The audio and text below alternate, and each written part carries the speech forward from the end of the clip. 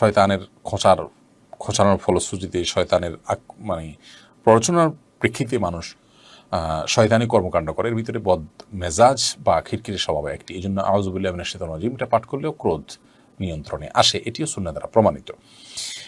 আর এর পাশাপাশি অবস্থার পরিবর্তন করলেও রাগ প্রশমিত হয়। কারোর কোনো জায়গায় রাগ হয়েছে, তিনি সেই জায়গাটা স্থানটা ত্যাগ করে ফেললে রাগটা কিছুটা প্রশমিত হয়ে যায়। দাঁড়ানো অবস্থা রাগ হলে তিনি বসে পড়লে, বসা অবস্থা রাগ হলে সে অবস্থাকে পরিবর্তন করে শুয়ে পড়তে পারলে রাগ প্রশমিত হয়।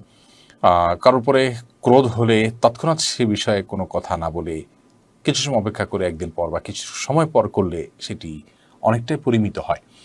সেই সাথে অজু করার বিষয়ে নবী সাল্লাল্লাহু আলাইহি ওয়াসাল্লামের সুন্নাহ রয়েছে, আদর্শ রয়েছে রাগকে সংবরণ করবার জন্য।